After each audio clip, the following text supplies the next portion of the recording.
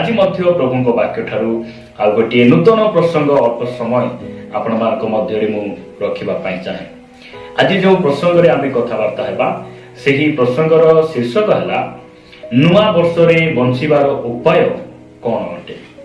ନୂଆ ବର୍ଷରେ ବଞ୍ଚିବାର ଉପାୟ, ଏହି ପ୍ରସଙ୍ଗରେ ଆମେ ପ୍ରଭୁଙ୍କ ବାକ୍ୟରୁ ଅଳ୍ପ ସମୟ ଧ୍ୟାନ କରିବା ପାଇଁ ଯିବା। ପ୍ରିୟ ଭାଇ ଭଉଣୀମାନେ, ଏହି ଯେଉଁ ବଞ୍ଚିବାର ଉପାୟ, ଏହି ଶବ୍ଦ ଶୁଣୁଥିବା ସମୟରେ ଆପଣମାନଙ୍କ ମନ ମଧ୍ୟରେ ଗୋଟେ ପ୍ରଶ୍ନ ଆସିପାରେ ଯେ ମରିଥିବା ଲୋକମାନେ କିଏ? ଯେଉଁମାନେ ମରିଯାଇଛନ୍ତି ତାହେଲେ ସେମାନେ ଏହି ବାକ୍ୟ ୟୁଟ୍ୟୁବରେ କି ପ୍ରକାର ଭାବରେ ସେମାନେ ଶୁଣିବେ? ପ୍ରିୟ ଭାଇ ଭଉଣୀମାନେ, ଆମେ ବାକ୍ୟରୁ ଗୋଟିଏ ଅଂଶ ପାଠ କରୁ କରୁ ଆମେ ଆଗକୁ ବଢିବା। ଯଦି ଆପଣମାନେ ପ୍ରଥମ ତିମୋଥୀ 5:6 ପଢିବେ, ଲେଖାଯାଏ, କିନ୍ତୁ ଯେ ଭୋଗବିଳାସରେ ଆସକ୍ତ ସେ ଜୀବିତ ଥିଲେ ହେଁ ମୃତ। ପ୍ରିୟ ଭାଇ ଭଉଣୀମାନେ, ଏହା ମୁଁ କହୁନାହିଁ, ବାଇବେଲ କହେ ଯେଉଁମାନେ ଭୋଗ ଅଭିଳାଷ, ନିଜର ସୁଖ ଶରୀରର ଇଚ୍ଛାକୁ ପୂର୍ଣ୍ଣ କରିବା ଲୋକମାନେ, ସେମାନେ ବଞ୍ଚିଥିଲେ ମଧ୍ୟ ମୃତ ଅଟନ୍ତି। ଆଜି ଅନେକ ଖ୍ରୀଷ୍ଟିଆନ ଭାଇ ଭଉଣୀମାନେ ସେମାନେ ନାମଧାରୀ ଖ୍ରୀଷ୍ଟିଆନ ଭାବରେ ଜୀବନଯାପନ କରୁଛନ୍ତି, କିନ୍ତୁ ସେମାନେ ପ୍ରକୃତରେ ବିଶ୍ୱାସୀ ନୁହନ୍ତି, ମୃତ ଅବସ୍ଥାରେ ଅଛନ୍ତି। ଏହି କଥା ବାଇବେଲ ଆମକୁ କହେ। ଯଦି ଆପଣମାନେ ପ୍ରକାଶିତ ବାକ୍ୟ 3 ଆସିବେ, ପ୍ରକାଶିତ ବାକ୍ୟ 3 1-3 ପର୍ଯ୍ୟନ୍ତ ଯଦି ପଢିବେ, ଏଠାରେ ଆତ୍ମା ମଣ୍ଡଳୀ ନିକଟକୁ ସୁନ୍ଦର ଭାବରେ ସେ ଲେଖୁଛନ୍ତି, ସେ ଚେତାବନୀ ଦେଉଛନ୍ତି। ଲେଖାଯାଏ, ଶାନ୍ତି ମଣ୍ଡଳୀର ଦୂତ ନିକଟକୁ ଲେଖ ଯେ ଈଶ୍ୱରଙ୍କ ସପ୍ତ ଆତ୍ମା ଓ ସପ୍ତ ନକ୍ଷତ୍ର ଧାରଣ କରନ୍ତି, ସେ ଏହା କହନ୍ତି, ଆମ୍ଭେ ତୁମର କର୍ମ ଜାଣୁ, ତୁମ୍ଭେ ନାମରେ ଜୀବିତ, ମାତ୍ର ପ୍ରକୃତରେ ମୃତ ଅଟ। ପ୍ରିୟ ଭାଇ ଭଉଣୀ ମାନେ, এই ବାକ୍ୟର ଅର୍ଥ ଆଜି ମଧ୍ୟ ଆମ ମଣ୍ଡଳୀରେ, ଆମ ଖ୍ରୀଷ୍ଟିଆନ ସମାଜରେ ଅନେକ ଭାଇ ଭଉଣୀ ମାନେ ଅଛନ୍ତି, ସେମାନେ ନାମକୁ ଖ୍ରୀଷ୍ଟିଆନ ଅଟନ୍ତି, ନାମକୁ ସେମାନେ ମଣ୍ଡଳୀରେ ଆସନ୍ତି, ମାତ୍ର ମୃତ କର୍ମରୁ ସେମାନେ ମନ ପରିବର୍ତ୍ତନ କରିନାହାନ୍ତି। ତ ଏହି ପ୍ରସଙ୍ଗରେ ମୁଁ ଆପଣମାନଙ୍କୁ କହିବା ପାଇଁ ଚାହେଁ, ଆପଣମାନେ ଯଦି ଭୋଗବିଳାସରେ ଆସକ୍ତ ଅଛନ୍ତି, ଆପଣଙ୍କର ମନ ପରିବର୍ତ୍ତନ ହେଇନାହିଁ, ତାହେଲେ ଆପଣ ଜୀବିତ ନୁହନ୍ତି। ଆପଣ ନାକୁ ବଞ୍ଚିଛନ୍ତି, କିନ୍ତୁ ସେ ବ୍ୟକ୍ତି ମୃତ ଅବସ୍ଥାରେ ଅଛି। ଆଉ ଆଜି ସେହି ମୃତ ବ୍ୟକ୍ତିର ବଞ୍ଚିବାର ଉପାୟ ବିଷୟରେ ମୁଁ କହିବା ପାଇଁ ଚାହେଁ। ଏହି ନୂତନ ବର୍ଷ ଗୋଟେ ବଞ୍ଚିବାର ଅବସର ପ୍ରଭୁ ଆମକୁ ଦେଇଛନ୍ତି। ଆମେ ଯେପରି ମନ ପରିବର୍ତ୍ତନ କରିବା, ଭୋଗ ଅଭିଳାଷରୁ ଫେରି ଆସିବା, ଆଉ ଆମେ ଚିରକାଳ ନିମନ୍ତେ ଆମେ ଜୀବିତ ରହିବା, ଏହା ପରମେଶ୍ୱର ଇଚ୍ଛା କରନ୍ତି। ଆମେ ଏଠାରୁ ବଞ୍ଚିବାର ଉପାୟ କ'ଣ ଅଟେ? ପ୍ରିୟ ଭାଇ ଭଉଣୀମାନେ, ମୁଁ ଆପଣମାନଙ୍କୁ ବାକ୍ୟରୁ ଆପଣମାନଙ୍କୁ 4 ଉପାୟ ଦେବା ପାଇଁ ଚାହେଁ। ଜଣେ ବ୍ୟକ୍ତି ସେ ମୃତ ହେଲେ ହେଁ ବଞ୍ଚିପାରିବ। ପ୍ରିୟ ଭାଇ ଭଉଣୀମାନେ, ଯଦି ଆପଣମାନେ ଆଦି ପୁସ୍ତକକୁ ଆସିବେ, ଆଦି ପୁସ୍ତକ 6:20 ଏ ପ୍ରକାର ଲେଖାଯାଏ, ସର୍ବ ପ୍ରକାର ପକ୍ଷୀ ଓ ସର୍ବ ପ୍ରକାର ପଶୁ ଓ ସର୍ବ ପ୍ରକାର ଉରଗାମୀ ଜନ୍ତୁ ପ୍ରତ୍ୟେକ ଜାତି ଅନୁସାରେ ଏକ ଦମ୍ପତି ଜୀବନ ରକ୍ଷାର୍ଥେ ତୁମ୍ଭ ନିକଟକୁ ଆସିବେ।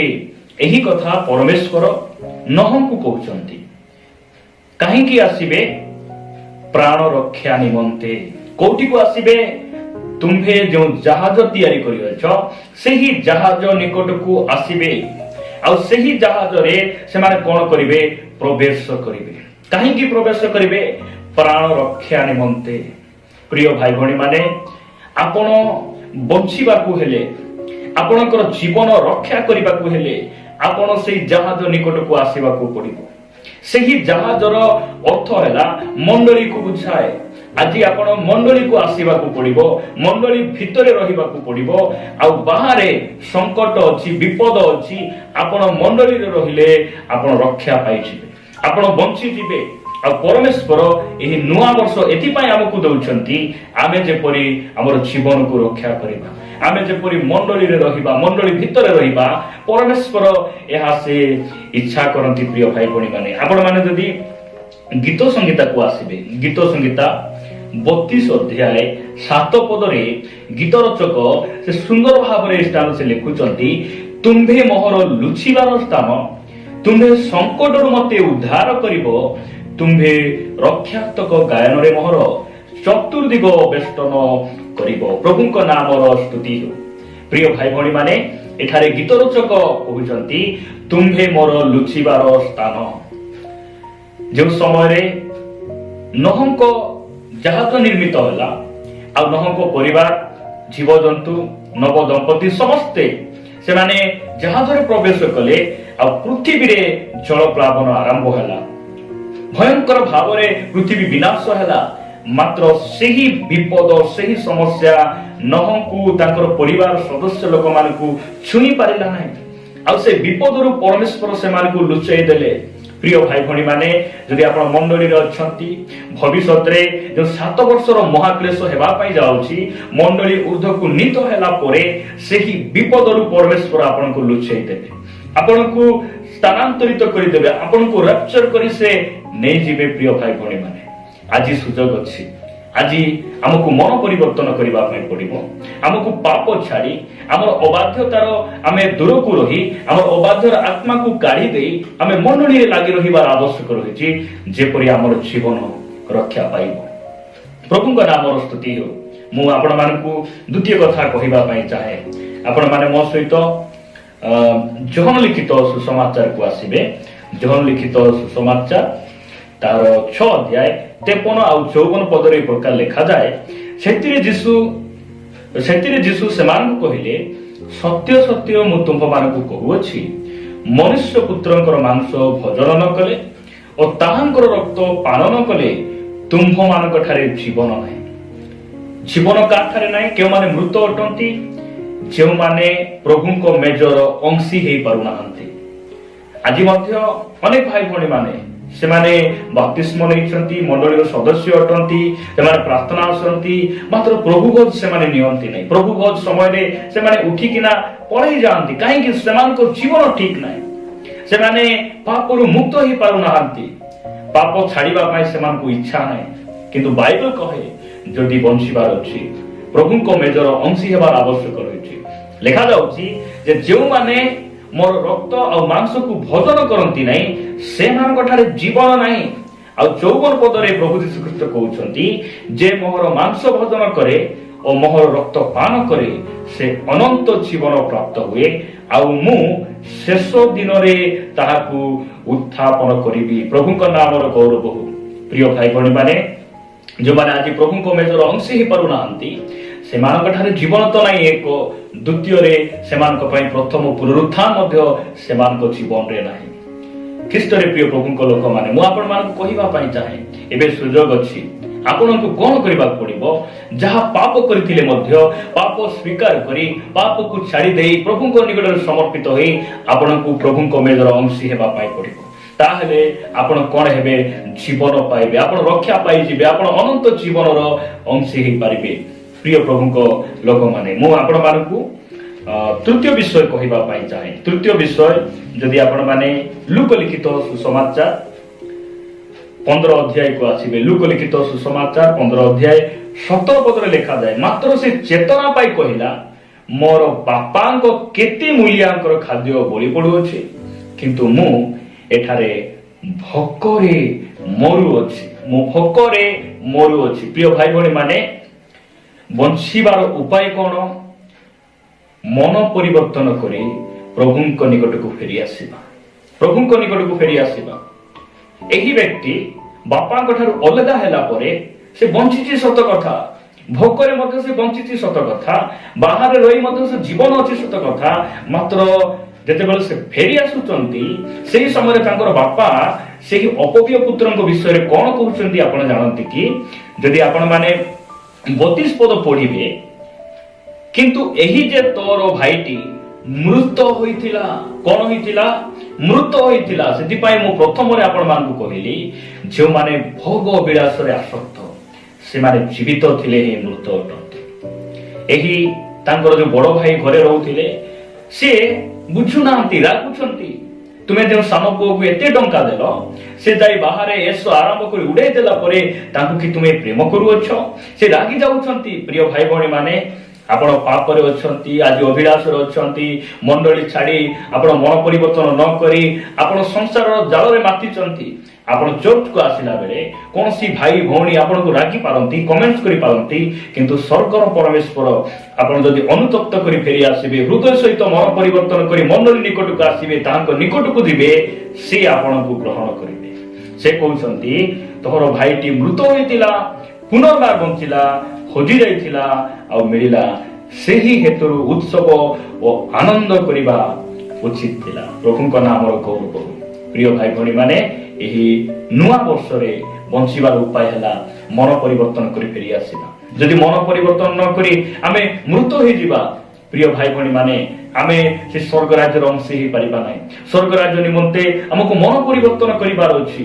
ସେଥିପାଇଁ ପ୍ରଭୁ ଯୀଶୁ ଖ୍ରୀଷ୍ଟ ସେ ତାଙ୍କର ପ୍ରଥମ ପ୍ରସଙ୍ଗରେ କହିଲେ, ମନ ପରିବର୍ତ୍ତନ କର, କାରଣ ସ୍ୱର୍ଗ ରାଜ୍ୟ ସନ୍ନିକଟ। ପ୍ରଭୁଙ୍କ ନାମର ସ୍ତୁତି ହେଉ।